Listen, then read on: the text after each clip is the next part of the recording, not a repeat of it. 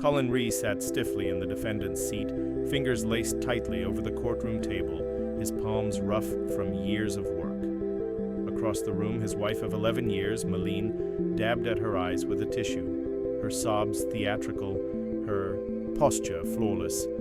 Her perfectly polished nails clutched the tissue as her sharp-suited lawyer began to paint a picture of betrayal. "Your Honor," the attorney began, his tone dripping with feigned empathy, "this man has been leading a disturbing, double life that shocks the conscience. A massive screen flickered to life, showing screenshots, intimate graphic messages allegedly from someone using the name Colin Arjari 2024, sent to a woman called Lacey Asaf Rhodes, Sethought 89.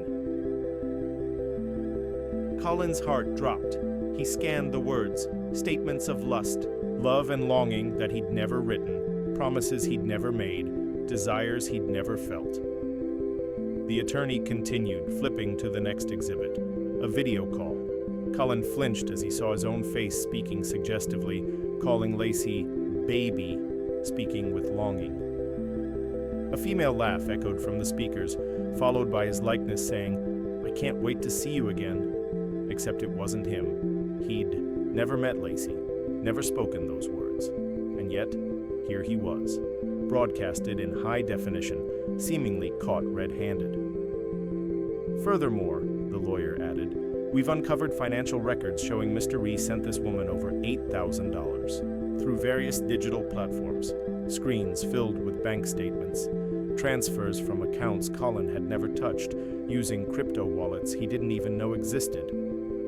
Malene's sobs grew louder. "I gave him everything, Your Honor.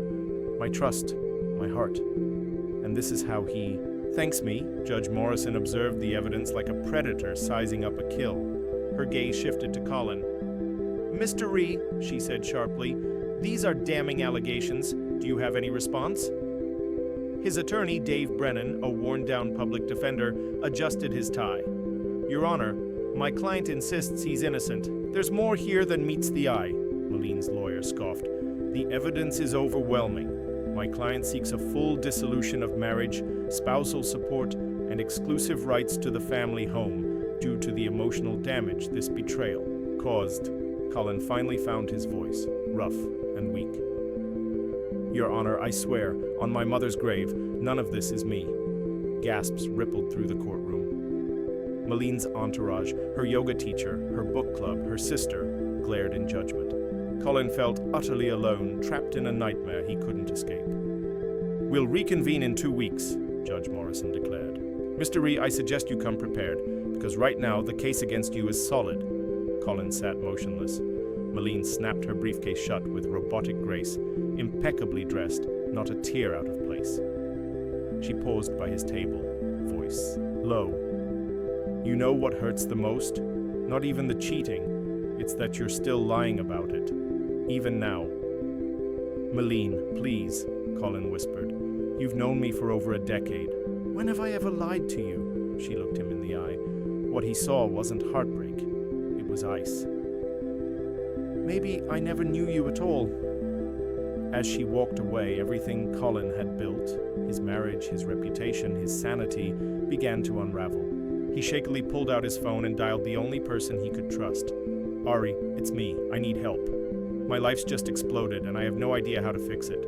Ari Mendoza's apartment buzzed like a digital war room. Screens glowing in low light, wires everywhere, fans humming softly like whispers of paranoia. Colin sat hunched over a chipped mug of coffee, the room's blue glow casting shadows under his eyes. On the largest monitor, the fake video played once more. Colin's face, Colin's voice, saying things he never had. "Run it again," Colin muttered. Ari, compact and intense with full sleeve tattoos and eyes that never trusted anything at first glance, tapped the keyboard. "I've seen my share of deepfakes, Hermano," he said, pausing the frame on Colin's face. "But this? It's near perfect. Whoever did this had access to loads of your photos, videos too. Voice cloning? Tight?" "But I've never even met Lacey," Colin insisted. "She might not even be real." Ari raised an eyebrow, fingers flying across the keyboard. Let's find out. He dug into facial recognition databases, reverse image lookups, AI detection tools. After 20 minutes, he sat back. Ghost. No trace of her in any real database. No ID, no records. These pictures, they're stock photos, traced to a shut-down adult site. Nothing real. Colin exhaled, heart pounding. So it's all fake. It gets better, Ari said, now pulling metadata from the original videos. They were created with advanced face-swapping AI, Deepface Lab likely. But check this. Look at the timestamps. These recordings were supposedly made during your 12-hour work shifts. What? Colin leaned closer. I pulled your badge logs from Meridian Tech. You were clocked in every single time. This stuff was made while you were inside a secure building. So that proves it, right? It's strong, Harry nodded. But courts don't fully get how dangerous deepfakes are. We need more. Not just proof it's fake, but who made it and why. Colin looked exhausted. You think Malene did it? Ari snorted. She can't even reset her password without calling you. No way she built this. But someone's helping her. Someone who knows this stuff. He pulled up financial overlays. Crypto payments came from your joint business account. $50 here, $100 there. Microtransactions. Easy to miss. Malene controls the books, Colin said slowly. She's the only one with access. Exactly. So either she's been playing dumb for years, or she's got a partner in crime. They dug deeper into her online footprint. Ari filtered her followers, comments, likes. One name stood out across nearly every post over the last year. Vincent Locke, crypto bro, calls himself a blockchain advisor, Ari explained. All style, no soul. Look at his Insta. Private jets, Rolexes, Miami beaches. Colin squinted. She mentioned some mentor helping her scale her brand. Said he was helping her turn her blog into an e-commerce business.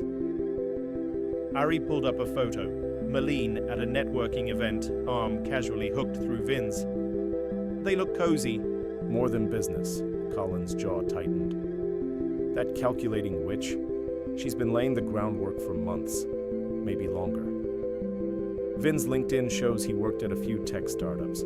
He's got the skills, plus he owns a small hosting service, exactly the kind of place this deepfake operation could live. Colin began pacing. They set the whole thing up. Fake affair, fake evidence, now the divorce, all to rob me blind. It adds up, Ari said. But we still need one thing. What? The smoking gun. A direct connection. Colin stopped. Then let's get it. Ari looked up, studying his friend. You mean, I'm done playing defense, Colin growled. Let's go on the offensive, Ari grinned. Now we're talking. Let's see how Vincent Locke handles being hunted. The underground parking garage beneath Vincent Locke's luxury high-rise felt like the perfect place for secrets. Dim, lights, silent echoes, cold concrete. At 2:00 a.m., Colin crouched behind a pillar, eyes fixed on the entrance. Inside a rented van 30 feet away, Ari whispered through an earpiece. I'm in his network, accessing all his synced devices. Now. After days of sleepless nights and surveillance boot camp with Ari, Colin was finally ready. He wasn't the same man who sat helpless in court. He was hunting now. Got it, Ari said, voice tense. His laptop's compromised. I'm pulling browser history, encrypted folders, app logs. Holy crap. What? There's a directory, labeled Project Malene, over 200 deepfake training files, different angles, outfits, phrases. It's a goddamn production house. And get this, he recorded actual calls with your wife. She's not some clueless pawn, she's all in. Colin's knuckles turned white. Then the elevator dinged, Vin stepped out, designer jeans, phone to ear, every bit the tech mogul in disguise. 6 more days, he said with a chuckle. Then the court finalizes it. She gets the house, we disappear. Costa Rica, baby. Colin's stomach turned. This was his life being carved up like a pie. Vin clicked his key fob and opened his BMW. Colin spotted a camera bag in the back. He's still recording, Colin whispered. Perfect. Once he's gone, we set the trap. 5 minutes later, Ari slid into the parking spot and installed a GPS tracker beneath the car. A tiny transmitter went into the wheel well. If he sneezes, we'll know, he grinned. The next 72 hours were surveillance gold.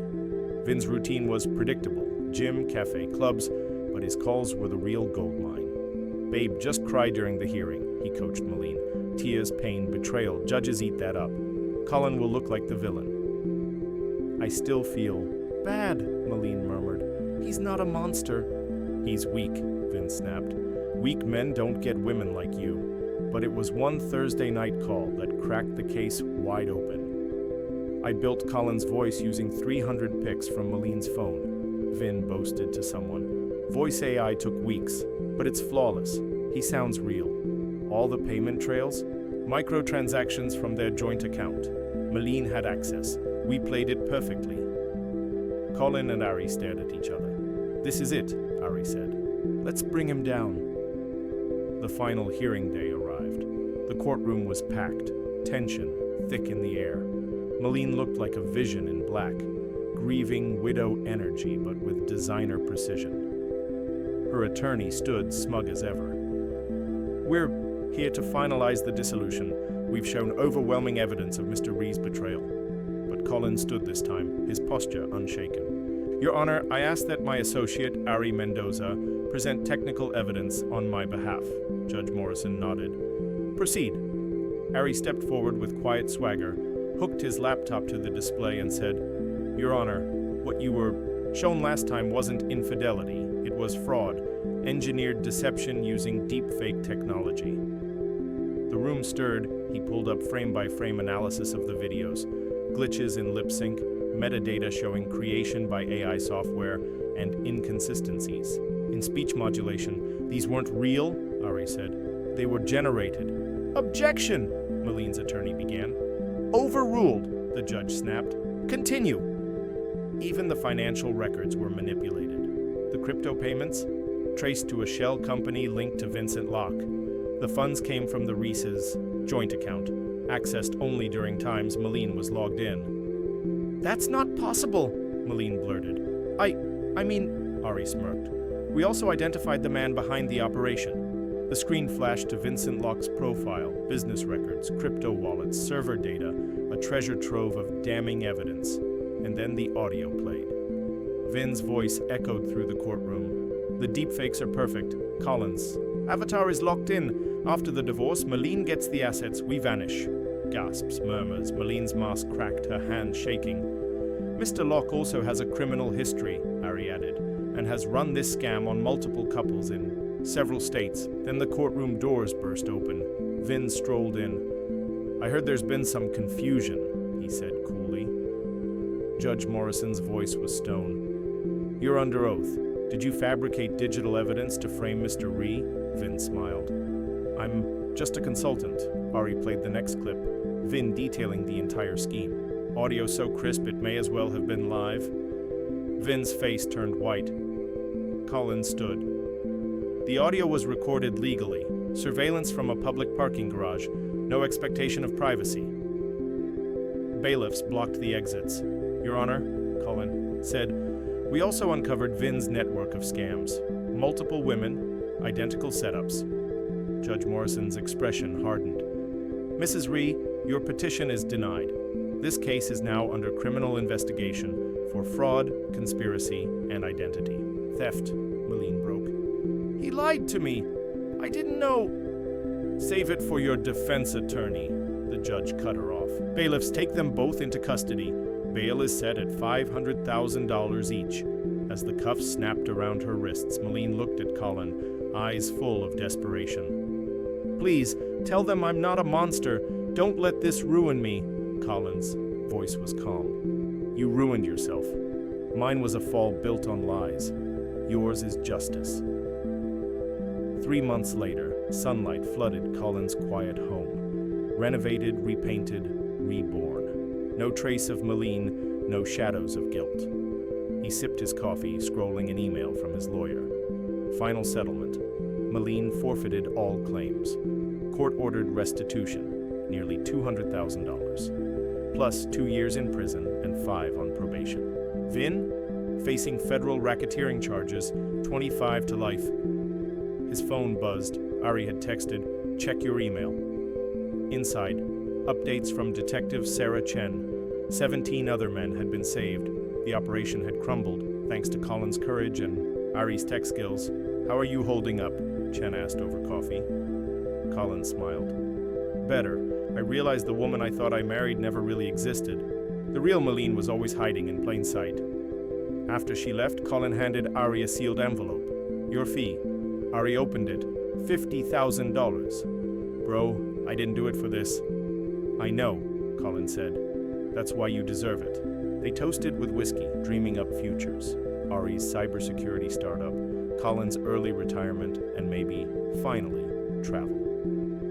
A year later, a letter came from prison. 3 pages. Malene begging for forgiveness, claiming she'd found faith, asking for a second chance. Colin shredded it. Some people deserved second chances. Some deserved exactly what they got.